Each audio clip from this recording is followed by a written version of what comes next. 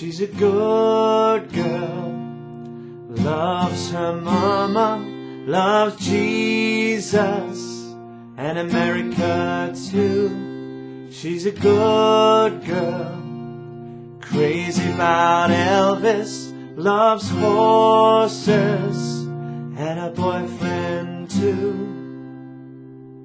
Hi guys, this is how to play Free Falling by Tom Petty. Also kind of famous, the John Mayer version is exactly the same as this. It's kind of more with finger picking. I'll be talking you through that way of playing it as well later in this video.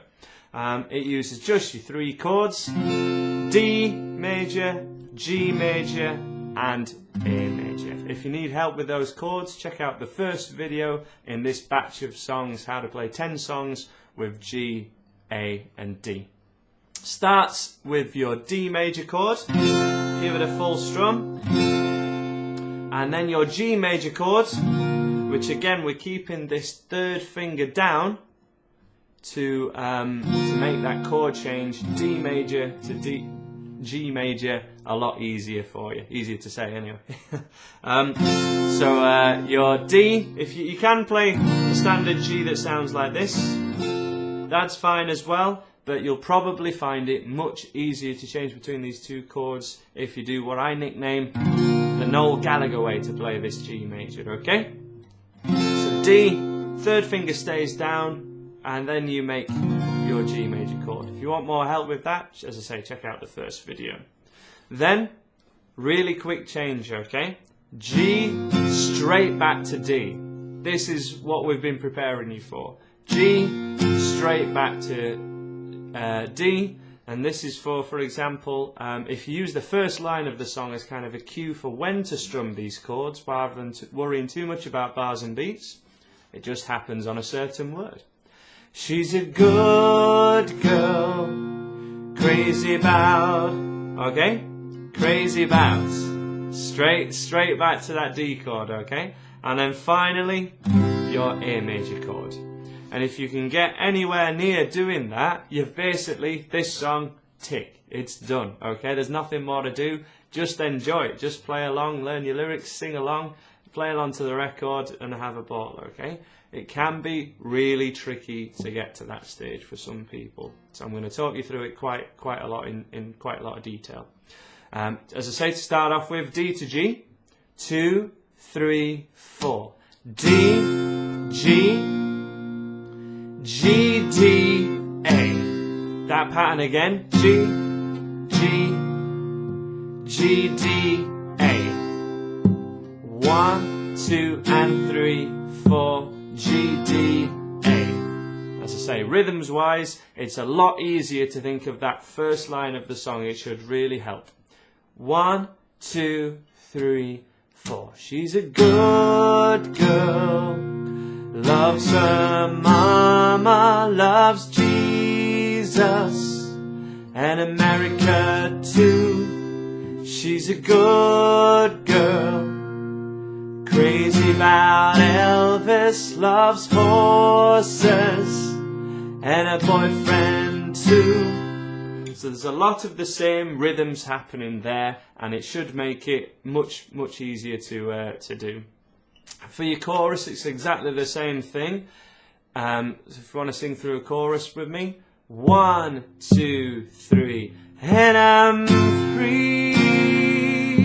G, D, A, free falling. G, D, A, one more time, and I'm free.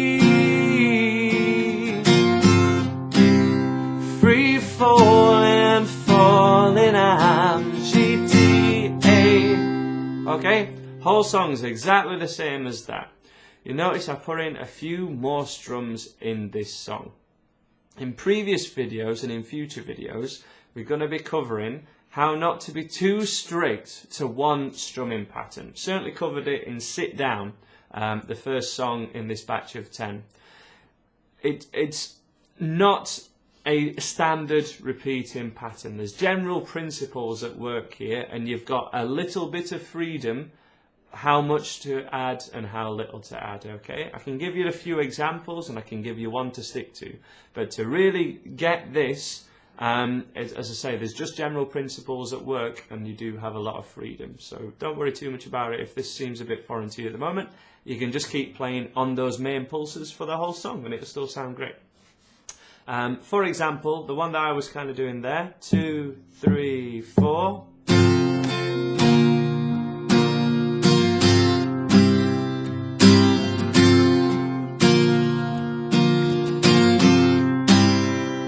Okay, no absolutely standard way to do it. We're basically just filling in the gaps. There's kind of a pulse through the music that's syncopated from the beat, so it's a little off the beat, it's not strict to a count. And for example, for the D to G, 1, 2 and 3, 4. Okay, filled in beat 4 then, because it's a little long between the beats otherwise without strumming. 1, 2 and 3 and 4. Just adding that main beat on. The other beat happens kind of on an off beat. Just to put that to the lyrics. She's a good girl, crazy about Elvis. That's wrong. That's the wrong lyrics again. Loves her mama. That's the one. She's a good girl, loves her mama. Okay, see, fill in the gaps. Girl loves her mama. If you think about it as a grid of the 8th strumming with down strums that we were doing before, and you just add in any main pulses that happen, it should get kind of physically easier to do. We don't want to go for every down strum, 1 and 2 and 3 and 4, because it saps the life out of it a little bit. But that's kind of just a few hints and tips there for you. As I say, if that still seems very foggy and you're not really sure what I'm on about, just do the main strums on the main beats like we did before when he's singing, and that sounds great. This can be a great opportunity to not use a pick for kind of the first time in these batch of videos that I've gone for. A pick is the best way to get it to sound like the Tom Petty version and get these big lush strums for a big radio-friendly pop sound, so that it sounds great when it's played in your car or anything like that. For a quieter, more subtle version that can sound equally as beautiful, check out the John Mayer version from Where the Light Is, Free Fallin. It sounds great, and just to kind of give you an impression of that riff.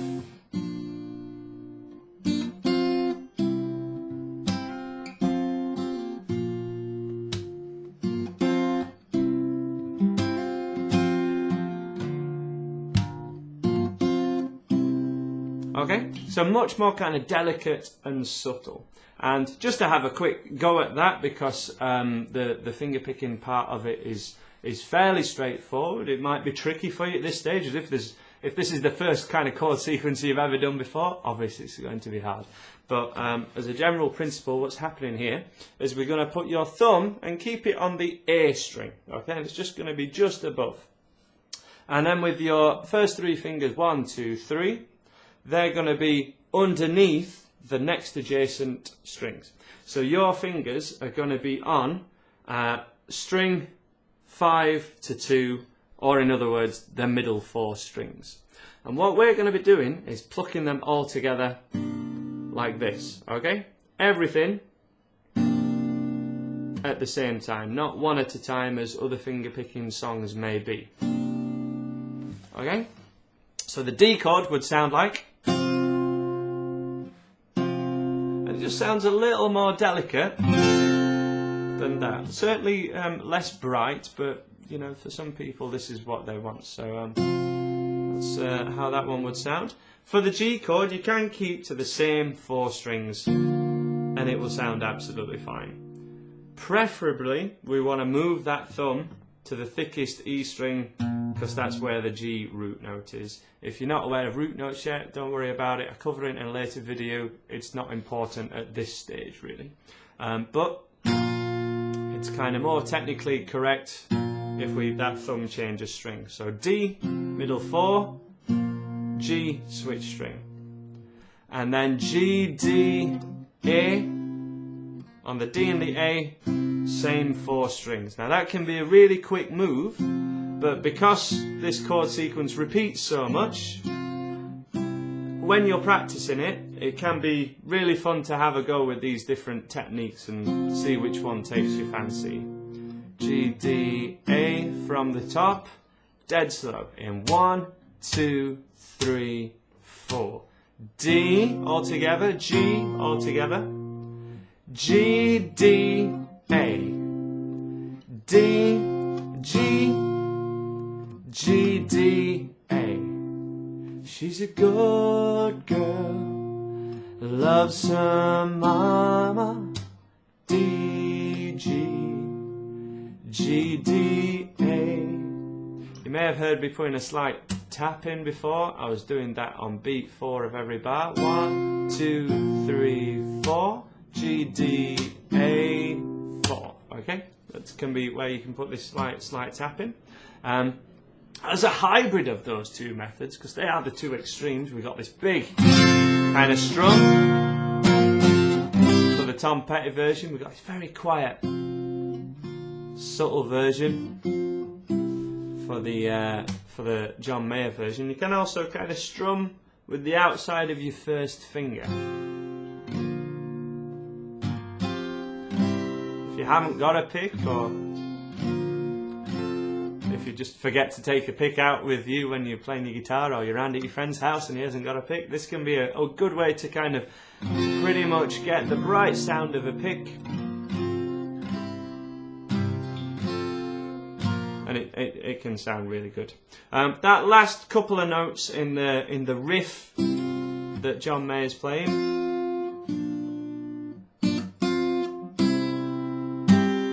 okay, we're going from an A chord and then putting your third finger where it is on the D chord. In a way, this makes the change back to a D even easier, but it shouldn't really be a hard change by now. We should have got D to A kind of sorted. So the second half of the riff is G, D, A, and then the last note we play all the strings of your A chord and then slide your third finger, essentially getting a kind of hammer on slide kind of idea before you go back to your D and start the riff again.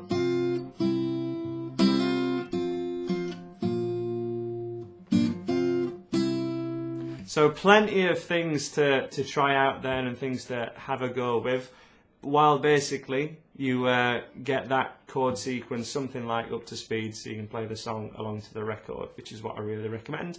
Or have a sing-along on your own or with friends. That'd be really great. Thanks for watching. Please subscribe if you like what I do. There'll be the chord sheets on the websites to all these songs, and you can see all the songs in order so that you can see where you're at and maybe start from a lower stage or a higher stage depending on where you're at. And hopefully I'll see you there, and I'll see you again sometime.